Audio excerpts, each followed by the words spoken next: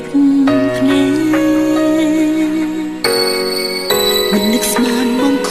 លមកប្រាប់ថាបាន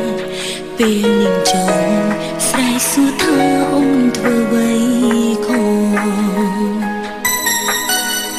ចាំតែមិនបានជួបគ្នាប៉ុន្មានថ្ងៃតើមានអ្វីដែលអូនធ្វើឲ្យមានកុំ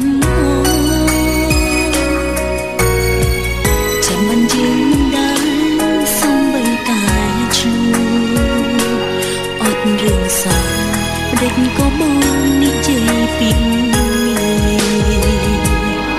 មិនក៏បងអងចិត្តយូរហើយឆ្លើយប្រាប់ផងធន់អូនតាំងពីពេលណា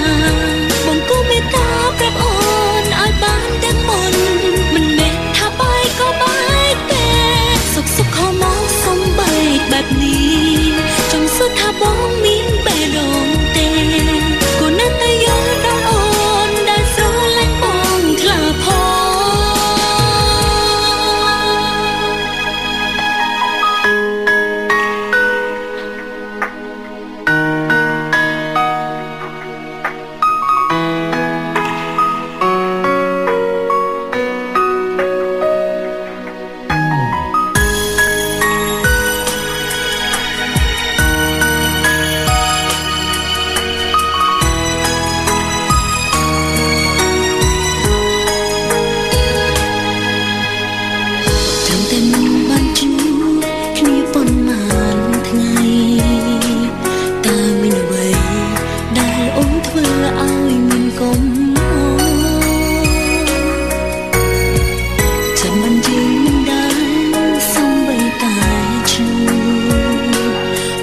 រឿងសោក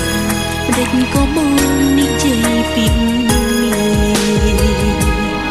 មិនក៏បងអងចិត្តយូរហើយឆ្លើយប្រាប់ផងធន់អូនតាំងពីពេលណាបងក៏មេត្តាប្រាប់អូនឲ្យបានទាំងមុនមិនមែនថាបាយក៏បាយទេសុខសុខខំមកសំបីបែបនេះចង់សួរថាបងមានបេះដូងទេ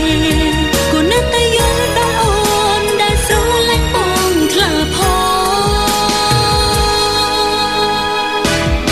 គឺមិនក៏បងអងចិត្តយូរហើយឆ្លើយប្រាប់ផងធន់អូនតាំងពីពេលណាបងក៏មេត្តាប្រាប់អូនឲ្យបានទាំងមុនមិនមែនថាបាយក៏បាយទេសុខសុខខំមកសំបីបែបនេះចង់សួរថាបងមានបេះដូងទេក៏នៅតែយល់ដល់អូនដែលស្រឡាញ់បងខ្លាផងក៏នៅតែយល់ដល់អូនដែលស្រឡាញ់បងខ្លាផង